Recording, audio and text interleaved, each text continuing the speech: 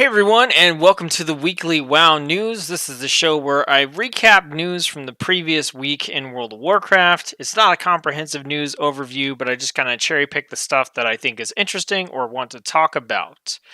Don't forget that at the end of the news, I do a Ask Me Anything, respond to chat questions and things like that at the very end of the stream. So if you have any questions, go ahead and put those into the chat.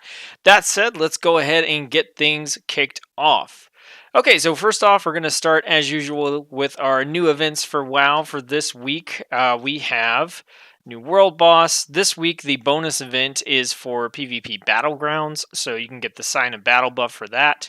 And increase your honor gains. So good week to farm up some honor. And then the other thing here, we have Black Dragon Invasions for Island Expeditions. I did about 9 of these today, I think, and I didn't see a single Black Dragon Invasion, so I don't know if that's working as intended, and I just didn't, encounter any or what, but that is the invasion for this week. This is one of the new ones that they're trying out that they've been implementing with a couple of different transmog things that you can get here from those. Next up, the world first plus 19 keystone was completed in time by a group composed of a Blood DK, Mistweaver Monk, Beast Mastery Hunter, Havoc Demon Hunter, and Subtlety Rogue.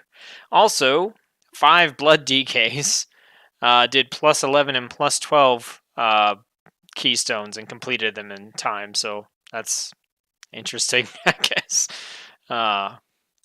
Next up, Hallows End is currently ongoing. It runs through November 1st. This is kind of like the Halloween event for World of Warcraft. If you're not familiar with it, basically most of the stuff that you are able to do through quests and activities will get you a currency called Tricky Treats, and you could trade those Tricky Treats in for various items such as transmogs, pets, fun holiday stuff, and more than that.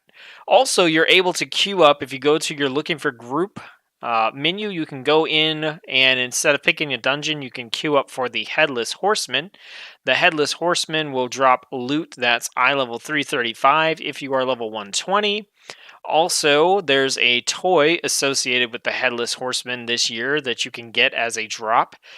This is a Hearthstone that actually will cause flames to appear around you when you're casting it. It also puts a pumpkin on your head, and then your character will laugh towards the end of the cast for the Hearthstone. So pretty cool little toy. And also, as always, as it has been in all the previous years, the Headless Horseman can drop, not will drop, has the chance to drop the Horseman's Reins, which will let you summon his mount, the Headless Horseman's mount. You can see it in the image here.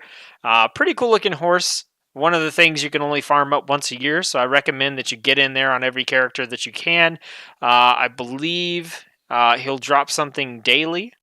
I'm not sure if he's farmable. I can't remember. But definitely go on there and get yourself some chances to maybe acquire this cool Hearthstone and this new mount.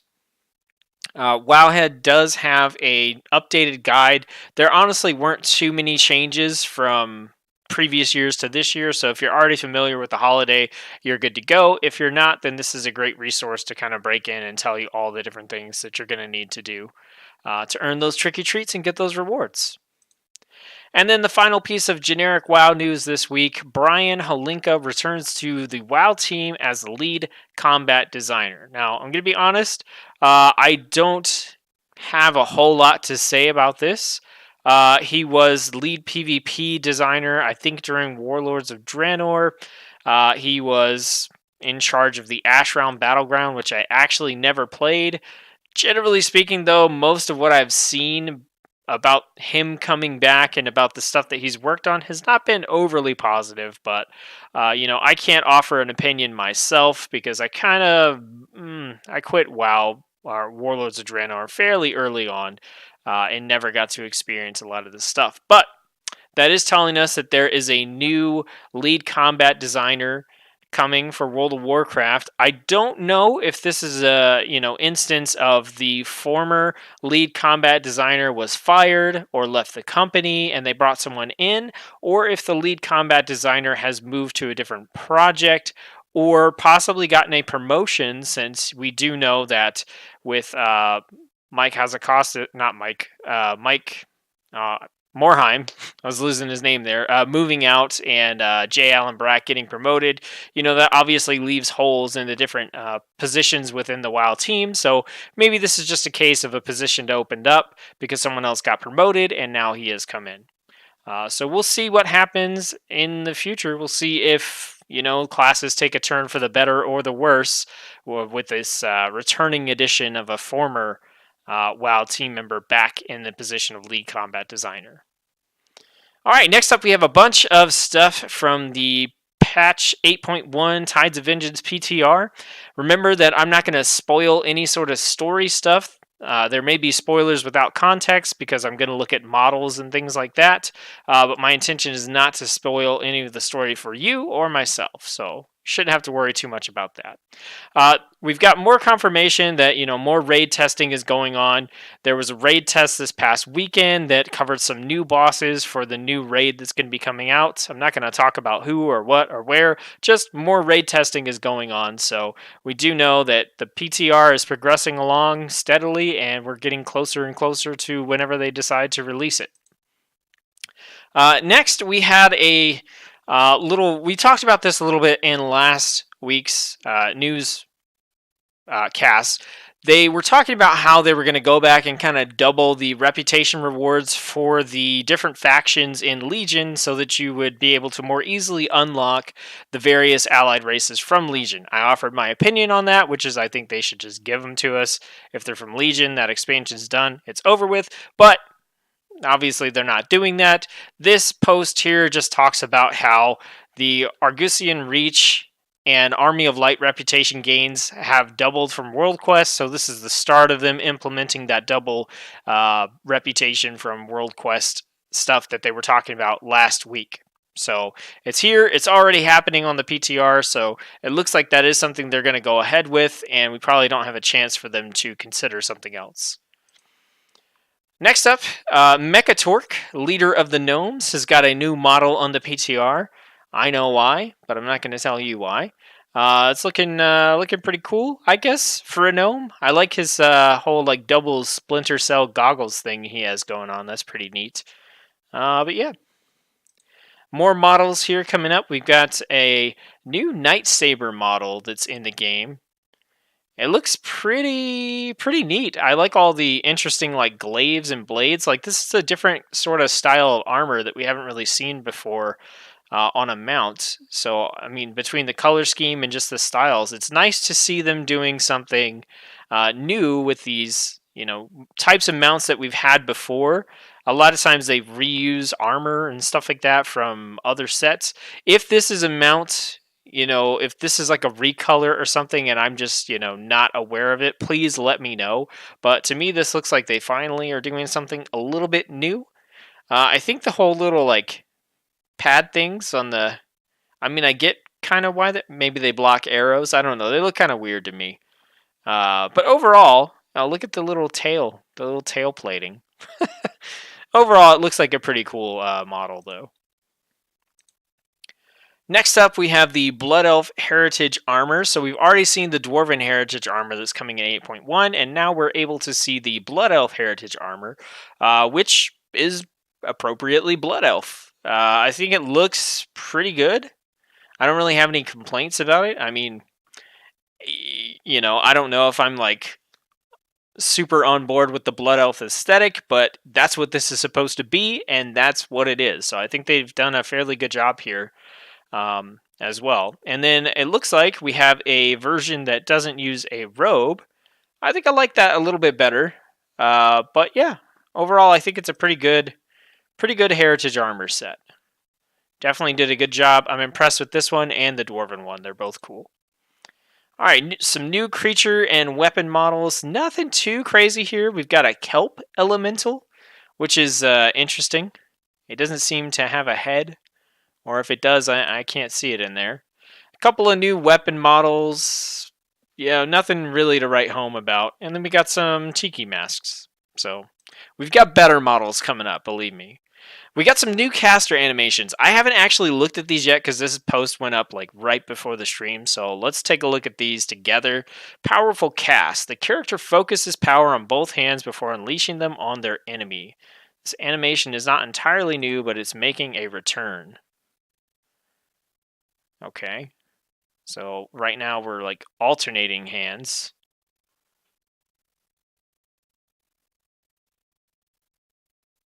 Oh, it's focused power on both hands, and then they're alternating back and forth.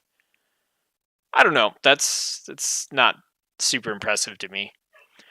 So let's see. Here's some different ones from different classes. Maybe this will be a little bit better. So for Warlock, okay, there we go. There it was. Okay, that's a lot cooler. That's like the Shaman. The Shaman used that on some of their healing spells. They put those in. I do like that casting animation. Okay. Okay, so that's the animation if your spell has a cast time. This was the animation if your spell is like an instant cast, because they're just doing dot cast here.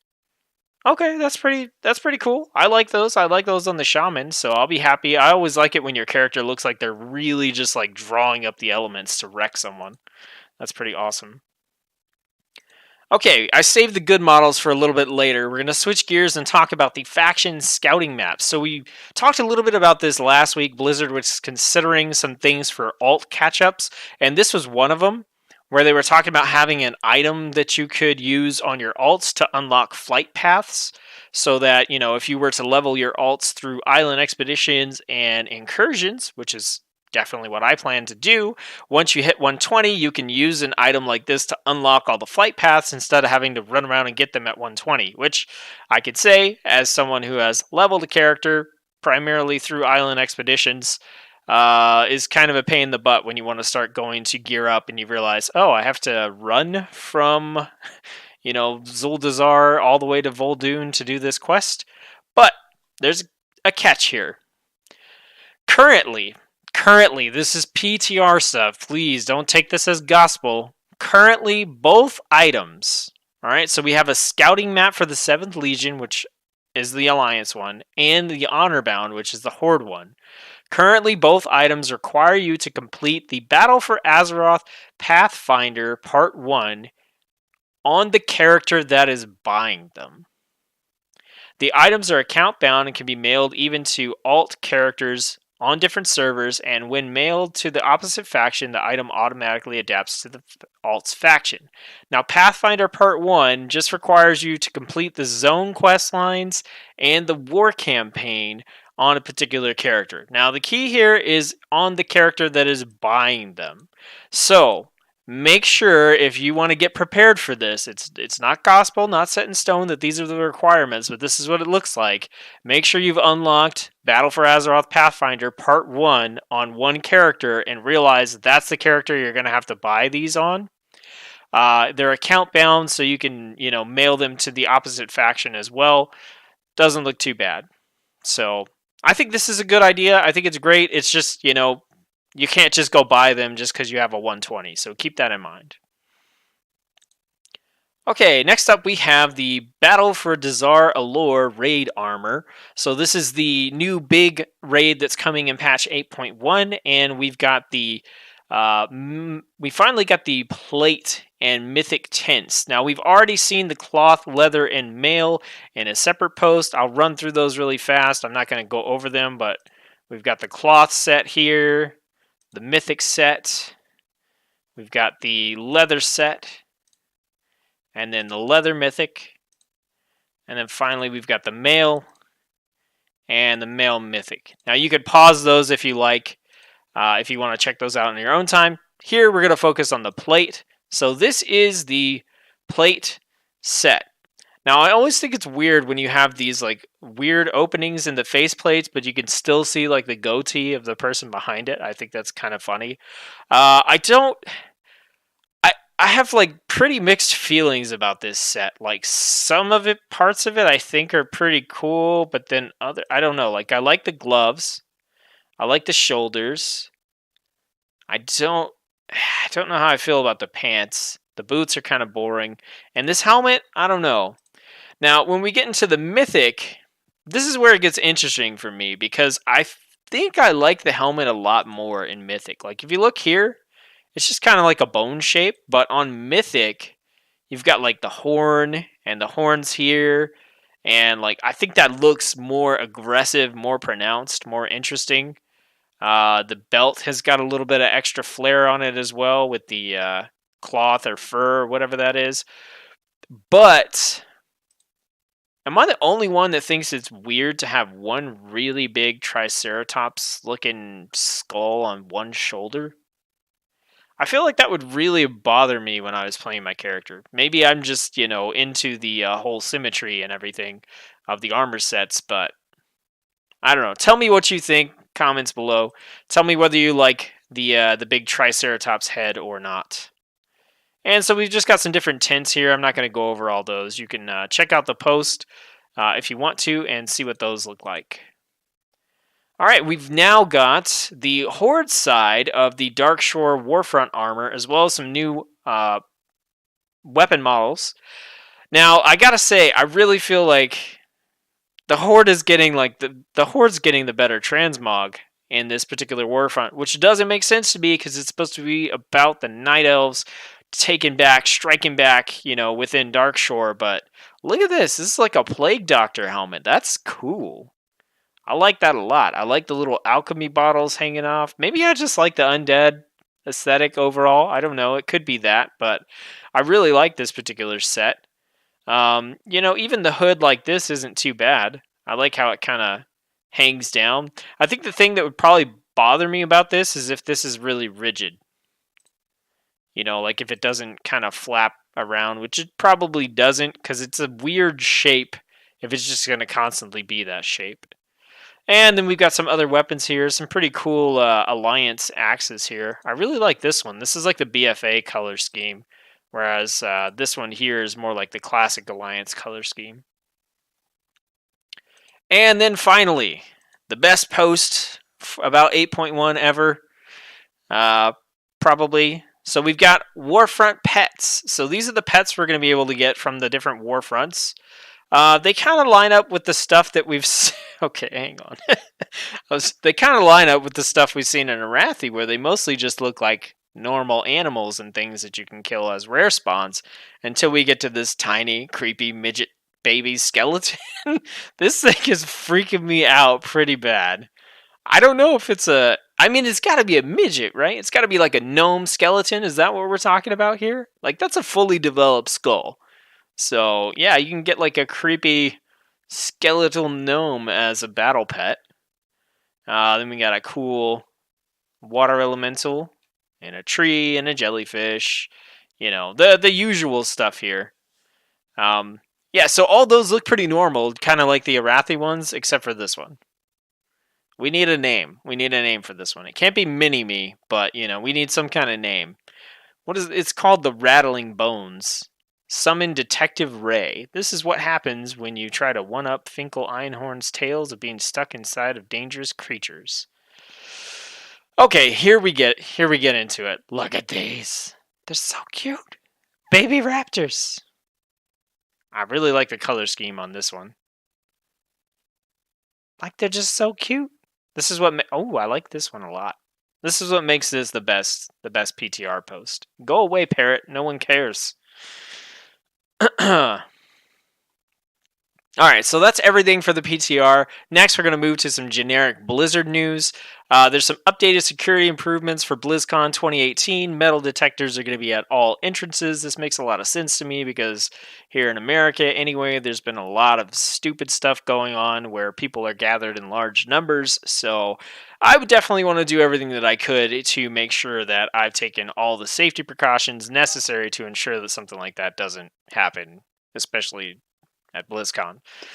So I see this as a good thing. A sad thing that is necessary, but a good thing. And then next, Diablo at BlizzCon 2018. Basically, everybody was getting hyped up for Diablo 4, including myself. Blizzard, they released a post that was like, hey, simmer down, simmer down. We've got a bunch of stuff in the works, but we can't announce it all yet. And essentially, they basically said we're not revealing Diablo 4 at BlizzCon. Now that's not what they said, but based on the tone of what they wrote and the hint, hint wink wink stuff that you can imply from, the way that they phrase things, that's essentially what they were saying. We're not going to reveal Diablo 4 at BlizzCon, but they also, with the wink wink nudge nudge stuff, basically confirmed that it was kind of in the works. So not officially. Read the post yourself if you want to, but that's how I and the community are taking this. So it'll be interesting to see what kind of things they're going to announce for Diablo 3 at BlizzCon, considering Diablo 4 is off the table, but Diablo still has the prime spot after the opening ceremony for what's next. And we already know about the Wii Switch collection stuff that's coming out, so they can't surprise us with that. I don't know. I don't know what they're going to do. I hope it's some kind of game. We'll see. All right, let's get into the meat and potatoes of the news post where we tackle the stuff that's actually worth some discussion.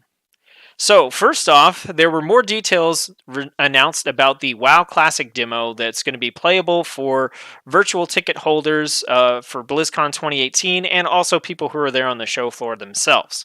So, here's what we know. All characters will start the demo at level 15 to get a taste of talents and professions.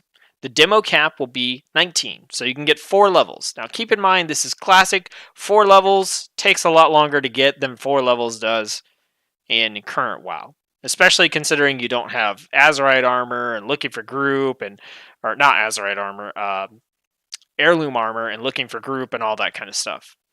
The 2 available zones will be Westfall, which, I'm going to be honest, I almost never played in vanilla because I was Horde. And Barrens, which I played a ton of, so that's probably what I'm going to be focused on in the classic demo, is playing through the Barrens and trying to dredge up some memories of, what vanilla WoW was like and what those zones were like before Cataclysm hit. But Dead Mines and Wailing Caverns will not be available. So no dungeon content, which is what I did all the time in Vanilla and Burning Crusade. You'll be able to experience Baron's chat and getting one shot by Defias mages. The classic demo will come with Battle.net chat integration and right-click player reporting. There's improved support for widescreen monitors, which we can see a picture of in a minute. And there's no support for the 32-bit client. That's something they've done with World of Warcraft in general. So if you're playing World of Warcraft, you shouldn't have any problems here. It says there may be a time limitation on how long people can play the classic demo when it first goes up. It sounds like there will be a time limit, including those at home. You'll be able to log in again later for more demo sessions, and all progress will be saved. So essentially, it's going to act like a demo where it's going to say, hey, you have this amount of time to play the demo, and then you're done, and the next person's going to go. And then you can come back around later and play again, and all your progress will be saved, but it does sound like you're not going to be able to binge play the WoW Classic demo for 12 hours straight. So it's going to be interesting. I definitely want to stream the Classic WoW demo here on the channel. It'll be interesting to see if there's going to be a long queue time or something like that. I think it'll be weird trying to schedule that, but I'll figure it out, like I'm sure other streamers are going to figure it out as well. So they have basically, this post here is just more of that, more expanding upon the points that were made here. This is a good summary. There's a few other things in here where they talk about, the reasons why they wanted them to start at level 15 and stuff like that. We also got a build, patch 1.1.3 for the World of Warcraft Classic. Now, it's been pushed through to the clients, but it's not anywhere on the Battle.net launcher right now, so don't go try to look for it, or if you are looking for it and you don't see it, there's nothing wrong. It's not up there yet. But right here we can see the BlizzCon exhaustion. Chromie is only able to keep you anchored in the past for a limited time. Once exhausted, you'll need to wait until she has regained enough energy before attempting to come back. So that's confirmation that there will be a time limit on the demo. But as they said before, they're going to try to keep the demo running for like almost a good full week. So you should have plenty of opportunity to go back and, hopefully play both Horde and Alliance, get a character from 15 to 19 if that's what you want to do. Some other stuff that we got here is the classic demo. We've got the chat and everything, the widescreen, no new creature models, and there are a couple other things here to notice. So this is the widescreen shot of the new login screen. This is the original login screen from World of Warcraft Vanilla.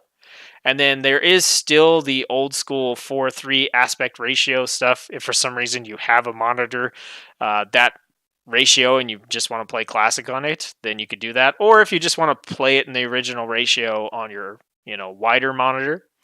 Got a bunch of servers for BlizzCon.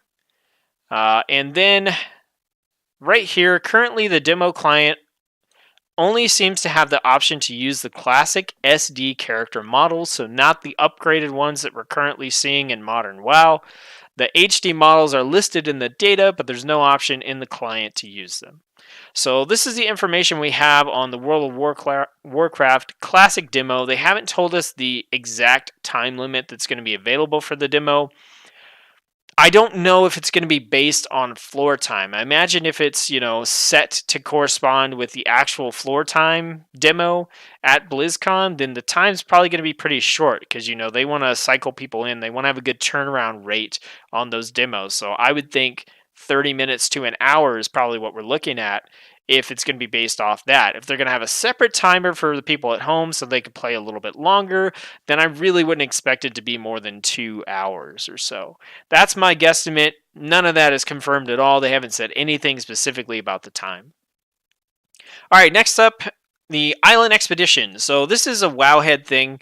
It's their strategy for island expeditions. I've been talking about this in the past news posts or news videos about how there seems to be an emerging collection of information that is confirming strategies for how to run island expeditions so that you can get the best chance at getting drops from them, meaning pets and transmogs and mounts and all that kind of good stuff. And we've gone over and talked about how it seems to be dependent upon the types of enemies that you're killing for rares and the invasions that happen on the island. Now, I've been running a bunch of island expeditions in the past week, and based on my own anecdotal experience, I can tell you that it seems to line up.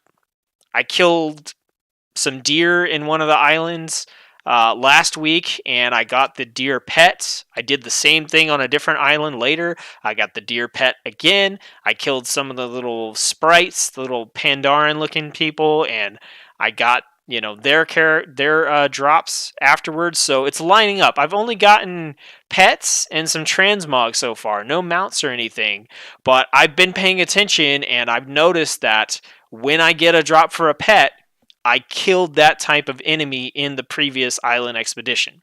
So take that with a grain of salt. Your experience may vary, but from my personal perspective, that's kind of confirming the idea that they have with this island expeditions strategy. So I would recommend and encourage you that if your goal is to get drops from island expeditions, follow that strategy. Go from rare to rare and just kill the rares, and then try to kill as much stuff that comes in on those invasions as possible, so that gives you a pretty high chance of getting those different drops.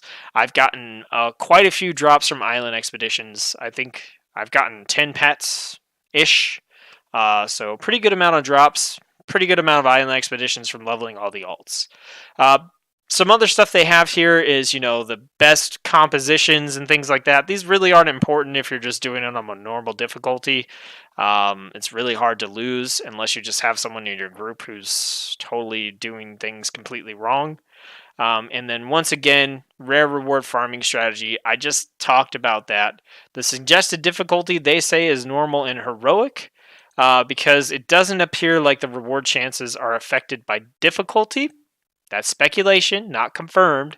So normal island expeditions is pretty much the best way to grind for those rewards according to community information because they're the easiest to do. Also, this is the difficulty level you can do when you're leveling your alts, so this is another good reason to level your alts in island expeditions. That also brings me to another point that I wanted to mention about island expeditions. If you have alts that are level 110 or higher that are just kind of parked there, every week you get a world quest to do an island expedition. If you do that world quest, you do that island expedition, you complete the world quest, between the experience you get from the world quest and the experience you get from the island expedition, you get about 30% of a level for that. So if you just have those alts parked there, pull them out once a week, do that world quest. It shows up for characters below max level as long as you've unlocked, world quest on a max level character, which I'm assuming you would. And that'll get you 30% of a level every week. So 3 weeks, you log in, you do 3 total island expeditions, and you can get your character a level. You also get a little chance at getting some of these island expedition rewards. All right, so now we're getting into the good stuff here, where we're back once again talking about Azerite armor and Blizzard's plans for it. Before I get into this, I'm going to take a quick drink.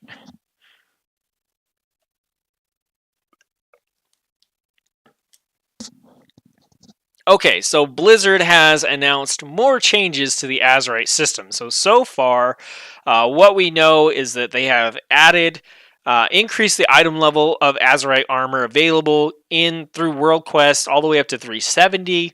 They're going to add an additional ring in 8.1. They're adding new traits.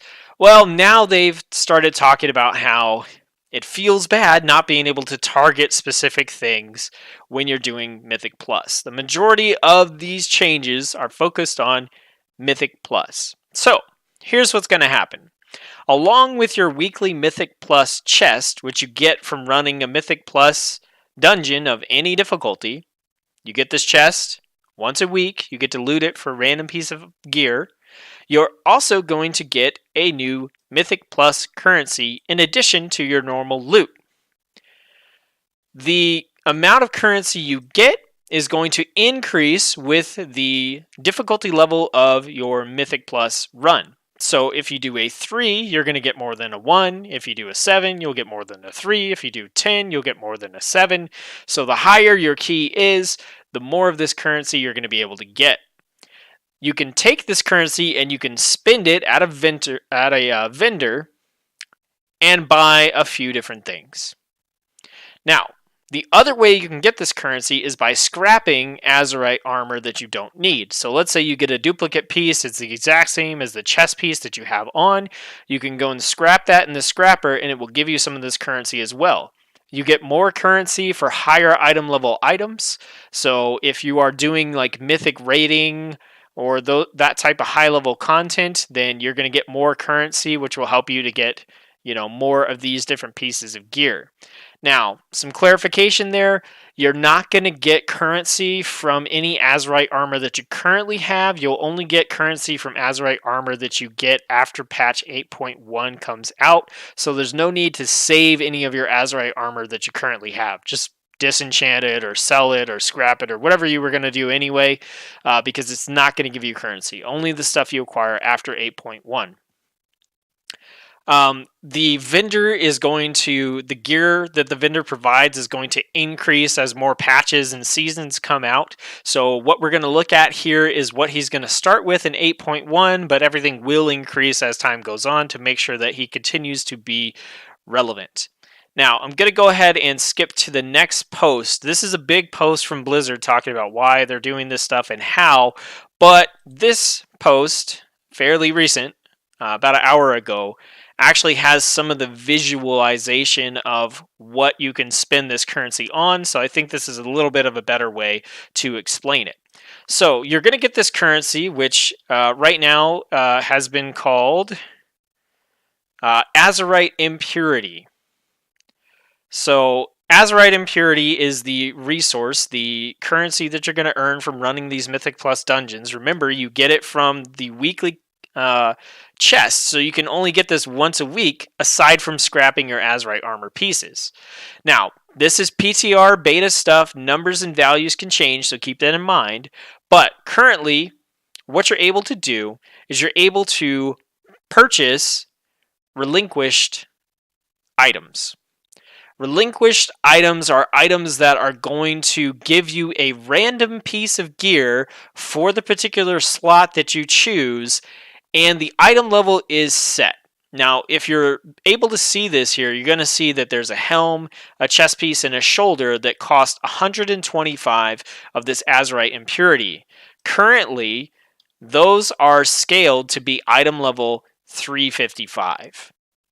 So you can earn 125 of this. You can cash it in. Say you need an upgrade to your helmet, and your helmet's like a 320, and you want a 355. You can cash this in. You're guaranteed to get an Azerite armor helm that is item level 355, but it's going to be random. It's still going to be a random helm. It might not have the traits that you want on it. Now, you can also, for 400 right now, you can get a 370 piece of gear. Random again, and for 1,250 you can get a 385 piece of gear. Now these are all totally random, and I'm going to come back around and talk about this in just a minute, but here is the other thing. You can target specific pieces of Azerite gear with this system. So, for example, if this Stormlurker's cowl is the exact headpiece that you want, because you know that it is, because it's your best in slot, you know, the traits are never random on Azerite gear. They're always set. I'm sure you can go to a website, or you just choose and you're like, this is the one I want. Then you can target this, but it costs an exponentially larger amount of Azerite Impurity to purchase one of these. It costs 3,250 currently on the PTR to buy one of these pieces of gear. That means for this price, you could get, I don't know, 10, 20, 25 different random low-level relinquished helms. So the intention here is that if you really want a specific piece, you can save up. Now let's talk about the rate at which you earn this currency. So this is according to Wowhead, based off of what Blizzard has said, based on values on the PTR, so this could always change, but taking the blue post information, completing a +10, a mythic +10 for the week, should allow you to buy Relinquished Azerite Helm, the 385 piece, in 2 to 3 weeks, which means a targeted piece of gear, which would cost 3,250, should take around 6 weeks to obtain, considering current ratios. So, in this system, running a Mythic 10, +10 Mythic Dungeon, it takes you 2 to 3 weeks to get a random 370 item level Azerite armor piece. If you want a specific piece of Azerite armor gear, you're looking at 6 weeks of running a Mythic +10 in order to get this gear. Now, I think that it sounds really outrageous at first until you remember that Azerite armor is only 3 slots. So you're looking at 18 weeks of running a Mythic +10 and completing it. In order to get 3 pieces of Azerite gear that you definitely want. That's 4.5 months. Depending on the cycle of patches, like how much time we have from patch to patch, you may take that entire time to get specifically the items you want, just in time for a new patch to come out and entirely new item level stuff to come out. And I feel like maybe you won't have the gap there between getting those 3 pieces you want and the next patch coming out to feel like you are actually powerful and can play with the pieces you want. That's something that, you know, I think we're going to have to see how it plays out. I do think having a currency where you can buy a specific piece like this is good. I don't know if having, the cost be that high is necessarily good, especially if it's going to take 18 weeks to obtain, the 3 pieces of gear that you really want. Now, that's also 18 weeks during which you may just happen to get the piece that you want from the content that you're already doing, so it might not be that bad, right? Gotta look at it at both sides. However, here's what I don't like. I don't like this random stuff. And I don't want to go on too big of a rant here, but I just wanted to ask if anyone else is sick of this loot box style stuff in every single Blizzard game. Overwatch has loot boxes, Heroes of the Storm has loot boxes, Hearthstone has loot boxes in the form of card packs. You know, Diablo doesn't really have loot boxes. They've got something kind of like this where you can earn a currency and trade it in for a random piece of gear that could potentially be like a legendary item. But it doesn't feel too bad because Diablo is a lot faster paced than some of these other games. And a lot of the stuff that you do in Diablo, you could just do by yourself. You don't have to have a big group. I don't play StarCraft, so I don't know about that, but I don't like the idea of like earn this currency, put your time in, earn this currency to gamble, to roll a chance to get an item that you want. If you're just purely looking for an item level upgrade, then this is fine. But what happens when, you are at your relinquished, you're at your 385 level helmet. You've already got the item level that you need, but you want the specific one. It's like, well, now you've got to save up for however many weeks to target the specific one you want, or you just have to save up from the get-go and go 18-ish weeks just never spending any of your currency, never interacting with this system at all until you can, buy each of your pieces, or 6 weeks. That it just seems bad to me. I feel like the pacing should be a little bit better. It's like this is a step in the right direction to where, in previous expansions you were able to earn badges or some other currency and exchange those for a piece of gear, and it took time and it took work, but you were able to do that for like almost every slot on your character as opposed to 3, right? So even though you got your gear a little bit quicker that way, you still, you had every single slot to fill out. So in a sense, I could see why they would want it to take this long, because if you could get exactly what you wanted within like 2 weeks, then 6 weeks, you've got the pieces that you want. You've got no reason to invest in this. Maybe you have no reason to play the other content in the game. Like, I get what they're doing. I just wanted to say, I don't like it. I understand it. I don't like it. All right. Moving on, this is the last topic we're talking about in the news today, and that is we got some new Azerite traits. So I want to take a look at these. I haven't read over these myself because I kind of wanted to give a non-canned reaction to some of these. But we got some generic ones, Bonded Souls. Your spells and abilities have a chance to trigger Soul Bond. When this occurs for every 5 seconds for 20 seconds, so 4 times, bond with the soul of your nearest ally, granting you both 624 primary stat for 5 seconds and healing each of you for 3,798. That seems okay, but it is a random ability, once again, that you have no interaction with. Seductive Power. During combat, Bonsomdi's spectral visage has a chance to appear near you, beckoning you closer. If you approach him, gain 28 to all stats, stacking them to 5 times. If you fail to heed his call, lose 1 stacks. So I have the trait on my Death Knight that puts little orbs out next to you, and if you run through the orbs, it increases your stats, and it doesn't. I don't think it stacks, but you can keep extending the duration with it. And it's just honestly kind of annoying. So this trait seems like something I would not want to do. It seems kind of awful for raiding as well, or any kind of content. I mean, if you're a ranged caster, this seems like it's probably garbage. Treacherous Covenant. Your primary stat is increased by 166 while you are above 50% health.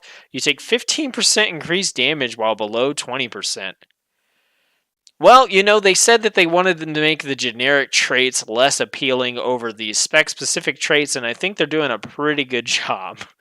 Death Knights for Blood. When Crimson Scourge activates, you gain 259 haste for 5 seconds and immediately gain 5 runic power.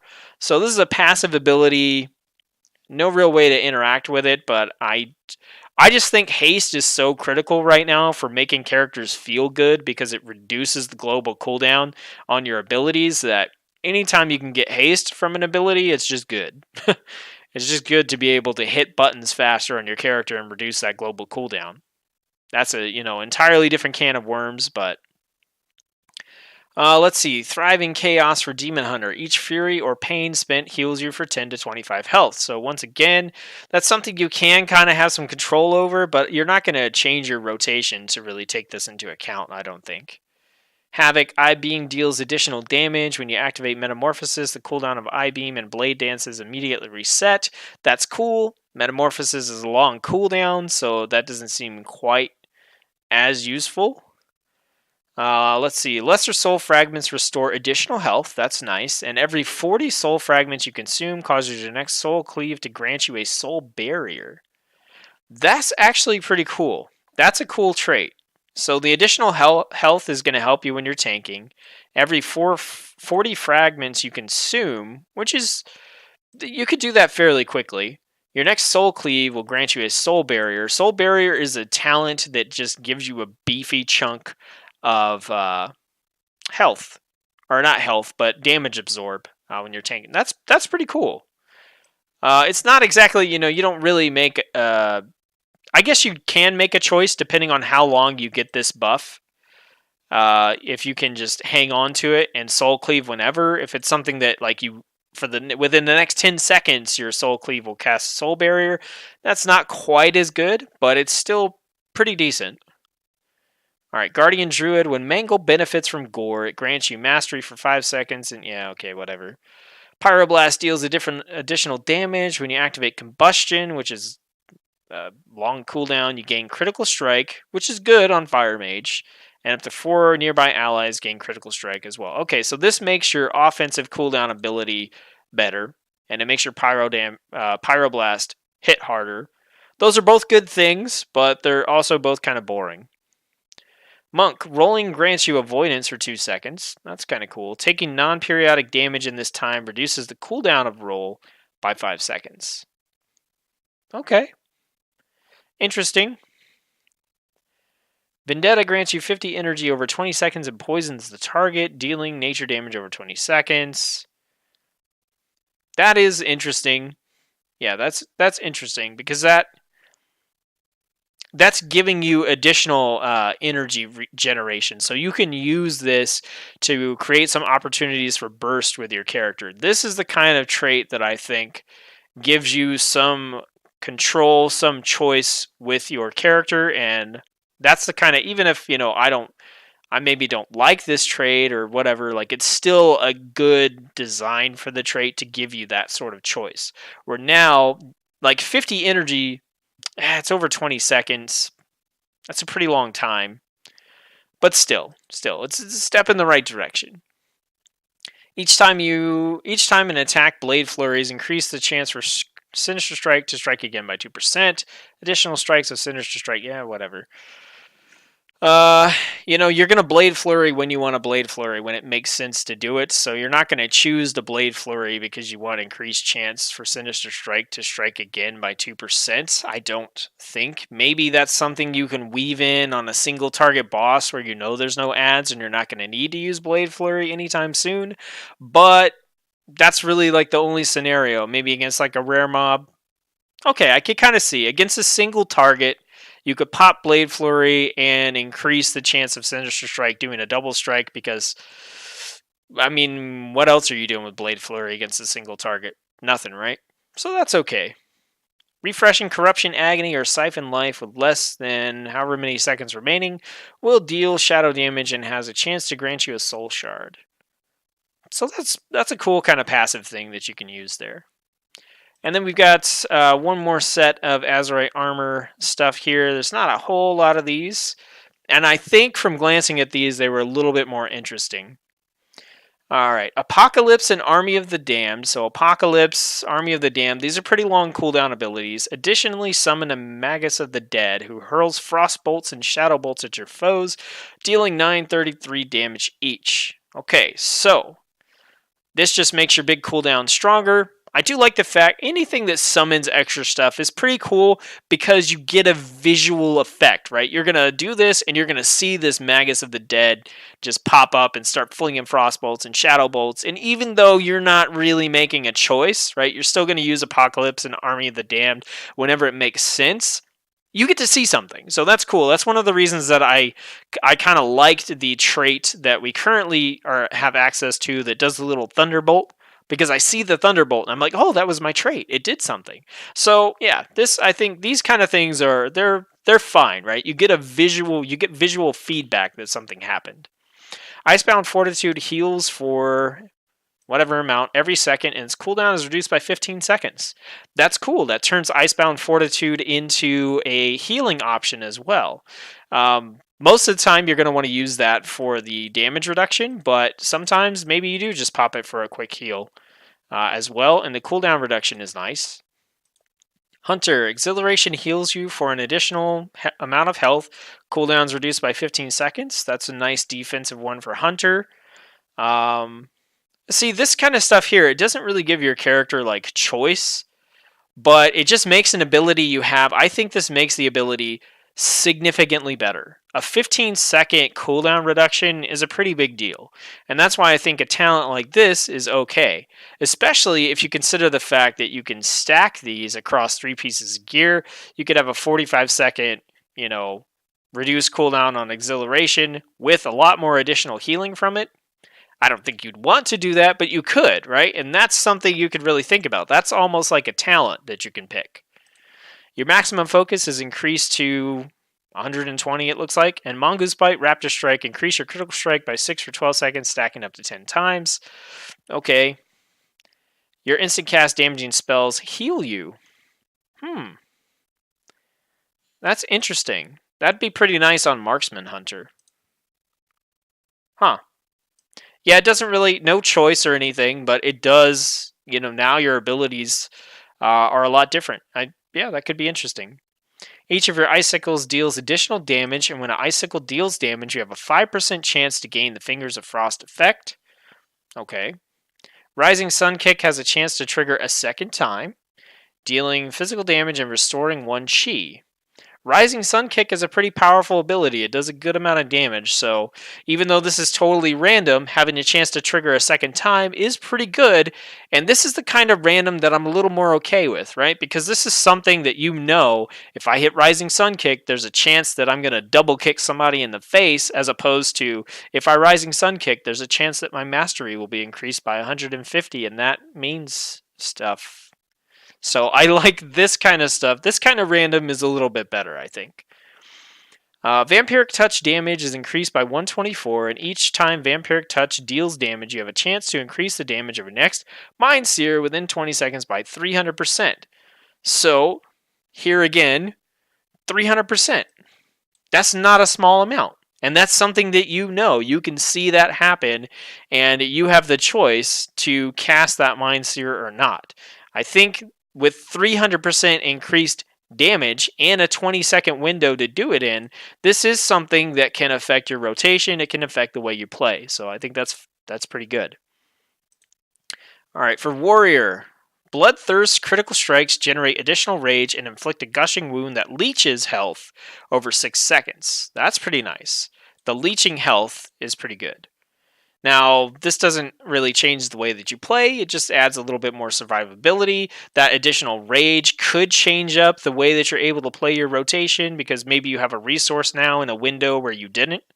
So that could be pretty cool. The Tactician effect improves your next overpower, causing it to deal additional damage and reduce the remaining cooldown of Mortal Strike by however many seconds. So that's pretty good. Having Mortal Strike off cooldown a lot faster is pretty good. It was better last expansion, but I don't know how I feel about that one. I haven't played enough arms really to say whether or not this is good. If just being completely honest there. Arms, I liked it a lot more in Legion than I do right now. Unbridled Ferocity. Rampage deals an additional however much damage and has an 8% chance to grant you Recklessness. Okay, well, you're going to Rampage when you Rampage, so that doesn't change your rotation, but you will get some additional damage, and the Recklessness buff is pretty good as well. Intimidating Presence. Intimidating Shout reduces the movement speed of affected enemies by 50% and prevents the next however much damage they deal after Intimidating Shout ends. Okay, that That's pretty cool. This turns Intimidating Shout from just kind of like a crowd control ability into some damage reduction, which is a big deal. I think a lot of times, you're in situations where you just don't use Intimidating Shout all that often. But now being able to use it as a damage absorb, essentially, especially when you're fighting against multiple enemies. I mean, you cast this thing on 4, 5, 6 enemies. That's not insignificant. That's cool. That's something that gives you a choice, right? It takes your Intimidating Shout, turns it into a little something different. I like that. New general one. While no enemy is within 12 yards, heal for however much every second. While any enemy is within 12 yards, gain speed. I don't know if I'd take that over any of this stuff here. I honestly don't think I would. But that seems like a fairly good leveling talent. And then, let's see. Fight or flight and superior stratagem were properly flagged as Azerite traits. Okay. All right, well, I know that was a lot of Azerite traits there at the end. Hopefully, I just wanted to give you like my opinion on them so you could see, we've been talking a lot about Azerite gear. One of my big complaints has been that these Azerite traits that we currently have don't give you the ability to affect choice with your character and change up the gameplay of the character, or give you different ways to use your abilities. And in all the examples that I've given of what I think would make some pretty interesting Azerite traits, they always change your spells, they change your abilities. So that's what I'm looking for here on the 8.1 PTR. And I know they can't all be like that, but seeing some of these here and hopefully giving my perspective on them will help you to see, like, I think they're headed in the right direction. And I honestly think that as far as traits are concerned, traits, not the rest of the Azerite armor system, we're going to see more and more interesting stuff like this as the expansion continues forward. We've got another 2 years or so probably until the next expansion comes out. That's a long time. That's several patch cycles to see all kinds of new traits, and I think things will just continue to get crazier and more interesting as we go. So the fact that 8.1 is bringing some stuff that I would actually like purposefully choose on my character instead of just going, I'll take this one because it matches my spec, or I'll take this one because it's generic and I'm going to play all the specs, is a very good sign. Definitely a good step in the right direction. So that's the end of the news. I'm going to check the chat over here, see if I've got any questions. Before I get to that, though, thanks for tuning in. I really do appreciate all the viewership and the subscriptions and likes and everything else that have been coming in. You guys have left a lot of really encouraging comments, and I just wanted to take a moment here and say thank you for that. We're headed towards 500 subscribers pretty rapidly, and when we do hit that, I'll be doing another thank you to my subscribers giveaway. I think that's coming sooner rather than later, so I'm excited about that. If this is your first time watching one of my videos, if you liked it, like it, check out some of my other stuff, and if you think it's worth it, throw me a subscription, help me work up to that 500 subs, and yeah, bounce over to chat now, see what we got. Second dinner got him. Oh yeah. Characters look like they look like back then. I love random. Yeah, definitely. I'm going to take that as sarcasm, David, that you love random. I love random, right?